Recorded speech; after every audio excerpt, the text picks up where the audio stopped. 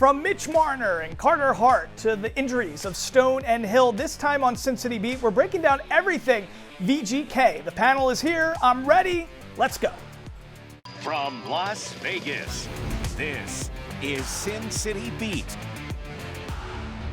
Hello and welcome. Thanks so much for joining us here on Sin City Beat. I'm Mike Davis. Sin City Beat is the show that dissects the Vegas sports world through the eyes of the sports reporters and storytellers leading the charge. This time on the panel, we have Case Kiefer, assistant sports editor of the Las Vegas Sun, Mark Anderson, sports reporter with the Associated Press, and Tony Cordasco, host of the Locked On VGK podcast, available daily at 1 p.m. right here on the Silver State Sports and Entertainment Network. So great to have you all here with us. Let's kick things off with this. The Golden Knights are off to a nice start, even with two key injuries to Mark Stone and Adin Hill. Stone is expected to be out with a wrist injury until mid-November, and goalie Adin Hill has a lower body injury and is expected to be out a week or two longer. So Case Kiefer, no one embodies the VGK spirit more than Mark Stone. What's the impact like having him off the ice? And also, unfortunately, no one gets hurt as often as Mark Stone. I think if we were making odds on this at the beginning of the year, who's going to get hurt? Yeah. You're going to say it's probably going to be Stone. You're going to say Hill's going to miss some time.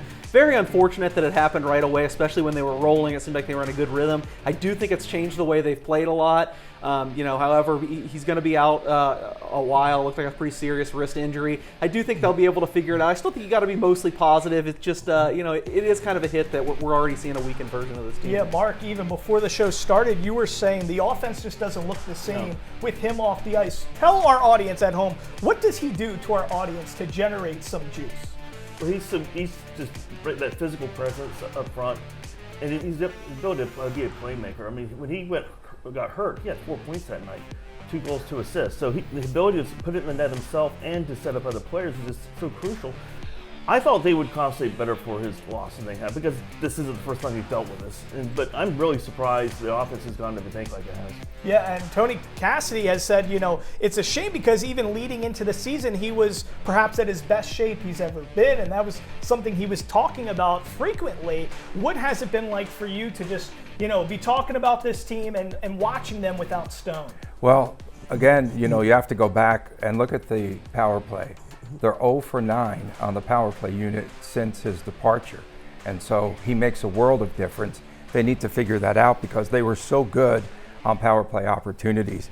But look at how clumsy that guy is. He's running into a guy's skate. He ran into the corner boards once. I mean, what's up, Stone? We thought that it would be his back that would give out, or his spleen again, or whatever, wherever that's at. But we see now, it's the wrist. It's the wrist. He landed really awkwardly and bad. Yeah, it's a shame, and let's kind of shift focus now, Case, to Adin Hill. Of course, we're going to be getting into the rest of the show. We're going to be talking about Carter Hart and Lindbaum and all that kind of stuff happening, but Adin Hill being out, that in conjunction with Stone, what's your take on that? Yeah, I think it's pretty big, especially because right now, you got to say they have one of the bigger fall-offs in their number one goalie to their number two. You spent the whole offseason hearing Golden Knights fans say, what's going to be our plan for number two? It seemed like at least the fan sentiment to me was very much against Akira Schmid, with as much as he struggled in Henderson last year. I know the team's still high on him, thinks he can be okay, and he's done some good things since he's been in, but I think that is a big fall-off to not have that number two. We kind of wondered why the Golden Knights didn't go some other directions. We've kind of gotten our answers with the Carter Hart's going to be eligible in December, but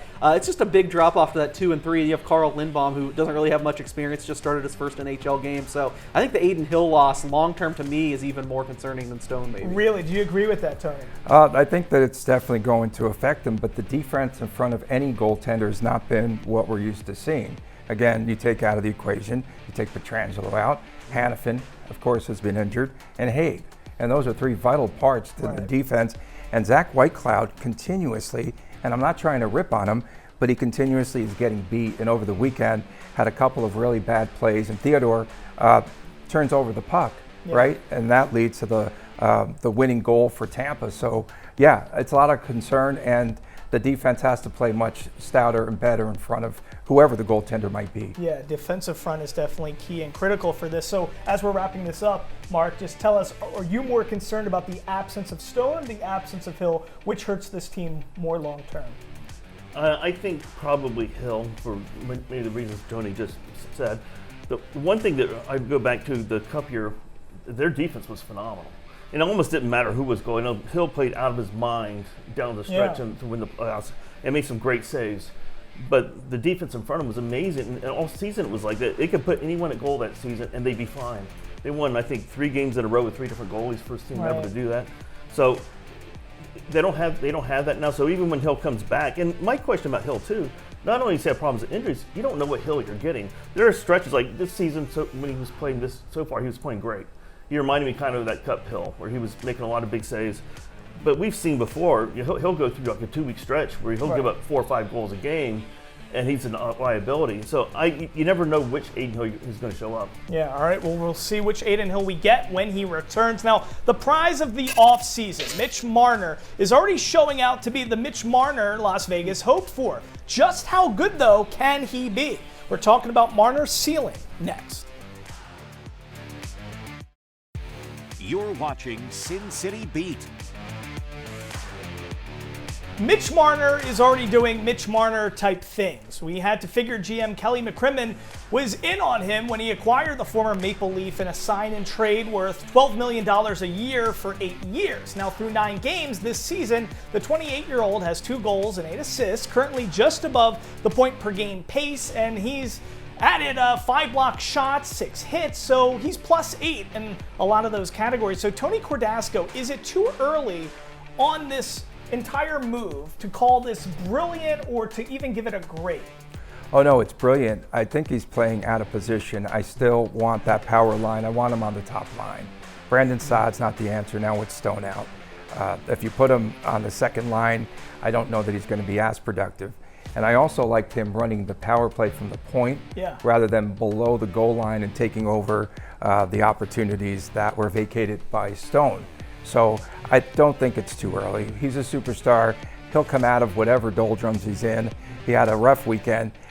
There was a guy, Dominic James, was that his name, on Tampa? There's one sequence where he just beat the snot out of him. Just stayed on him, kept hitting him like into the corner, got up, hit him again, knocked him down. So he's got a target on his back. What's your take on why he's not on the top line, and do you think that will change? Well, we see, again, Cassidy likes to blend the lines, put them in a blender, what have you there. And like for me, I don't know what the rhyme or reason is ever, but he'll have the answer in the end, right? And sooner or later, I think you need Marner back on that top line. I think he's going to produce, and him and Eichel together, to me, are just pure magic. It's magical, like watching those two, because there was a point in time when Eichel got here, and I said no one could handle his passes.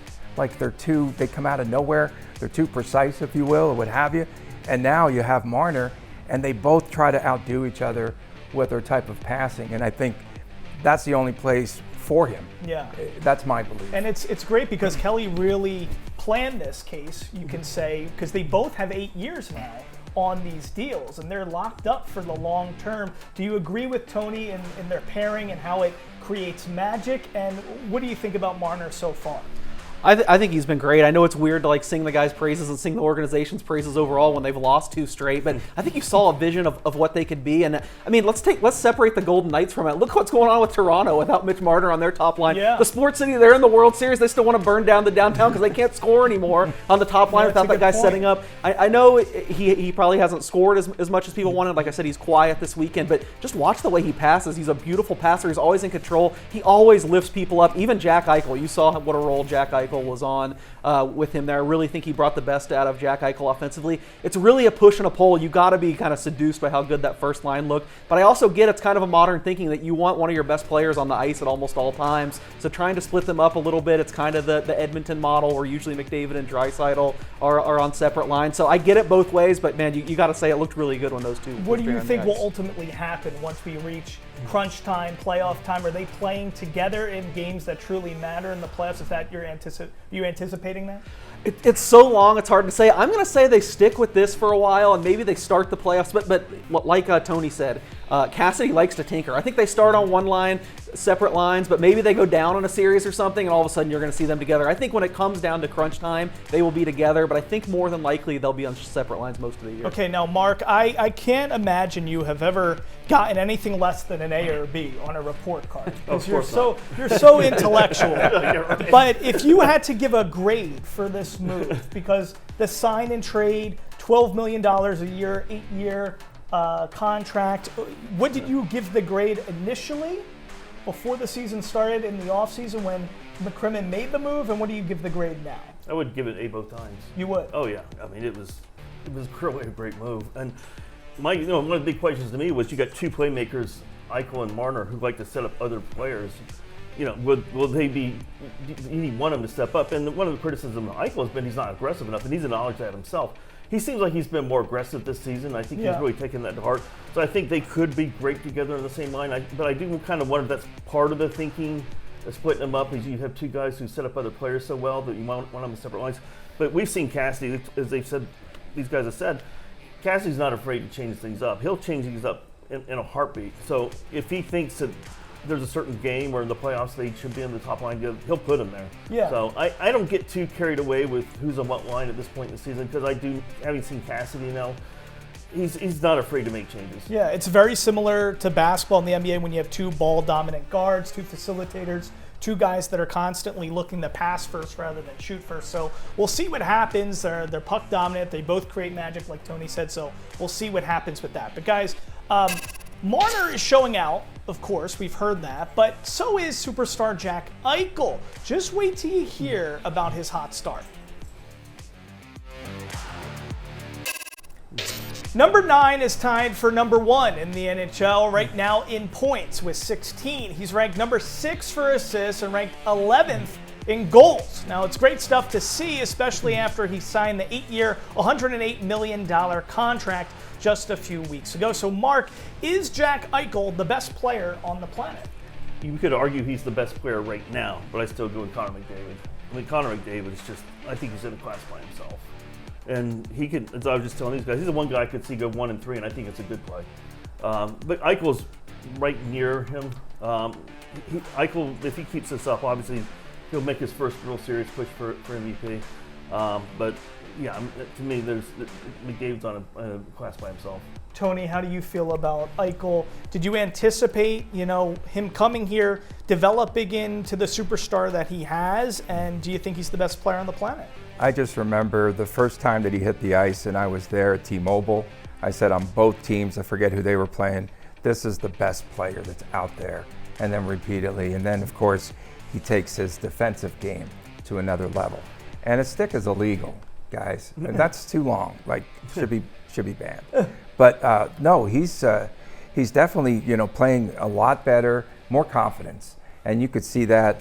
And then the loyalty play about staying here because Kelly McCrimmon kind of took a gamble, a huge gamble that could have been something that ruined his career if Eichel doesn't pan out. Right. And he takes that gamble, and then the loyalty play about staying here. But he does so many things so well. The only area for him to be in awards contention is he needs to win face-offs. He has to do better in the face-off circle. And he started off really well, and you got to be better than 50% in the circle. Yeah. And that's what they look at. So what's the deficiency there? Why is he subpar at face-offs? And I don't know what it could be, but he needs to practice it a lot. And I'm sure Cassidy, I'm sure the team, I'm sure he's aware of it. And I'm sure that they work on that probably daily, as much as they possibly can. But yeah, he's definitely on a different level. And as I said, when he first got here, when he first arrived, no one could handle his passes. They were like just so crisp, right? You don't know where they're coming from. Finally gets Barbashev on the same line. A gritty type player, great on the forecheck, helps him out, helps his game, and then also gets in front of the net, gets in the dirty places there. And I can't say enough about his game overall, but if he can just win faceoffs, I think he's in contention for a lot of awards this year. Case, before I get your take if he's the best player on the planet, educate our audience for a second. This is a guy who had a lot of pedigree, coming from Buffalo. Why was it a gamble, like Tony is saying, for Kelly McCrimmon? And, and how he's developed so far. But give us the backstory. Well, I mean, I've written about this, and I think it was very unfairly, but especially the Sabres fan. I think when he was leaving Buffalo, his reputation was really tarnished. There, a lot of people said he was a bad teammate, that he wasn't a very good defensive player. Now he's like in the Selke conversation. We see he's one of the best defensive forwards in the league. So there was just a lot of baggage with that Buffalo situation. Do you think it was more off the ice and the intangibles, or was it about his play as well? I think it was more off the ice, but there were holes you could poke in his play. I mean, he's always going to have been a part of that Connor McDavid draft. He's always going to be put up next to him, which I think is just unfair, because even though McDavid's off to a slow start and Eichel's off on fire, I think we all agree. We're not putting him above Connor McDavid if you can have one player on your team right now. So I think there were just a lot of external factors that were unfair to him coming in. And do you think a lot of it, I mean, coming to an organization like Vegas, where there is such, leadership, there's such a great history, even for a short history. Do you think that plays into the culture, I guess, is the word? Is that what he needed to figure it out to become top 2 player in the league? I think it's helped a lot. I mean, it's helped more just that they've had the right guys around him. He's had so much more talent around him than when he was at Buffalo. But let's make the facts what they are now. I mean, I think he signed the 4th highest contract in NHL history right before the buzzer. I was going to be worried if they didn't get it done before the season if I was a Golden Knights fan. He now is the culture, though. He's the guy setting it. And I think having those few years where he was able to get his feet under him, really develop his game. Every year we see him come back, he's a little bit better in one area. I think he really is going to be the guy setting the standard for the organization going forward. Last thing here. So everybody on the panel, if the NHL went into a league-wide expansion draft, everybody's taken Connor McDavid first, but then after Connor McDavid, it would be Eichel. Would that be the number 2 guy? Would it be Macklin Celebrini? Who would everybody take? I mean, with an upside. Maybe McKinnon. What? You might go maybe Hellebuyck. It just depends on what you need. It's tough with the ages, too. I mean, you have another super prospect this year, Gavin McKenna. But he's certainly in the top 10, no question, probably top 5. But he is a little bit older than some of these guys are thinking, if this hits, we're going to be in contender for 15 years. Okay, all right, good stuff there. All right, next up on Sin City Beat, we're talking Carter Hart. Could he be coming for Adin Hill's job? Mike Davis here. Welcome back to Sin City Beat. We got a great panel today. So just a few days ago, Vegas signed goalie Carter Hart to a 2-year, $4 million contract. Hart, just 27 years old, spent his first 6 seasons in the league with the Philadelphia Flyers. Now, he's had some off-the-ice issues. We'll get into that. But his play really throughout his career has been average, maybe a little bit above average. So, case with Hill dealing with the lower body injury, plus Akira Schmid on the roster, and rookie Carl Lindbaum getting his first start looking good in that game yesterday, the goalie room is kind of starting to get crowded here in Vegas. Who's going to be the guy, though, you think at the end of the day, that's going to be the go-to, dependable goalie we need come playoff time? And do you just think this is a situation where it's Adin Hill, no question, but Carter Hart's the guy who's the number 2? Yeah, Adin Hill's got to be the clear favorite. It seems like it's going to be him, but taking everything off the ice away, I understand the play for Carter Hart strictly from a hockey perspective. This guy was a top-level prospect. We did see flashes in his brief time with the Flyers where he looked like he was going to live up to that. Now, overall, not really, but now he hasn't played in a couple years. You don't really know what you're going to get out of him, but there's kind of an arrogance in this organization that they can take on these reclamation projects, that they can get the best out of a guy. So I understand from a hockey perspective what they're trying to do, but I think it's an uphill battle with as little as we've seen him. Yeah, and we've seen in the NHL how, some of these prospects that do have that pedigree, like a Carter Hart, they go to a different situation. Just like Tony was saying earlier in the show, defensive fronts, the Flyers weren't the cream of the crop of the league for those past years with Cart in the fold. So it would be interesting to see what he can do and what his ceiling could be here in Vegas. Mark, I know you told me in a commercial break you've written about Carter Hart and his off the ice issues for the AP. Tell us a little bit more about that. Educate our audience. Well, I think the Golden Knights will tell you that he was acquitted, along with the 4 other players in the Canada case. They were accused of sexual assault. So he deserves the right for a second chance, and you could definitely make that argument. If you really believe that, though, then make a bigger deal about signing him. It seemed like they almost signed him in secret, put out one statement when they acquired him, and then the actual release when they signed him. But they didn't do what they would do for other players, where they make a big deal about it. It's like if you really feel like you're in the right here, then own it and stand behind it and promote it like you're doing it. Otherwise, why are you signing him? Do you feel the same way, Tony, that it was kind of under wraps? And Oh boy, you're going to open a can of worms here. I've worked, my entire life in PR and in marketing, and I said they need to get out in front of this signing because it was controversial. VGK did not. They did have Carter Hart available for the media. He was speaking to the media. I felt as though they unjustly paraded out Mark Stone and Jack Eichel to speak to the media on the behalf of Carter Hart and saying what a great citizen this guy is or what have you. We have not heard yet from Kelly McCrimmon or the front office, and they have not posted anything on social media. They sent out, again, on brand, they send out the 5 o'clock news dump press release on Friday, and then we don't hear anything else. Nothing on social media about the signing. This will be more of a distraction, I think, than people realize. Really? So do you think, Tony, in all your years of PR, being a maven in that space, I mean, listen, this is an organization, Trevor Connolly. This was a guy they drafted who had a history of off the ice issues as well. I believe as a youngster, there was Snapchat or social media stuff surrounding him with the swastika. So, I mean, there's certain organizations that feel that the culture, the identity of the team, we're going to go hockey first, hockey player first, and off the ice issues can be remedied. Is that how you just feel this organization leads? And what's your take on it? The worst thing VGK could do right now is to activate Trevor Connolly. Could you imagine? You're talking about firestorms here. No, I don't. Yes, winning is first. Winning is paramount with VGK, and they just really need to get this together. And it goes like even the Connolly signing, someone asked in the presser if Bill Foley gave his seal of approval, and Kelly McCrimmon couldn't answer that question. Yeah. All right. Well, listen, we got to go. This is a great panel today. Tony Cordasco, Case Kiefer, Mark Anderson. Thanks so much for joining us, guys. We really appreciate it. I'm Mike Davis. We'll see you next time here on Sin City Beat. Until then, go Knights, go.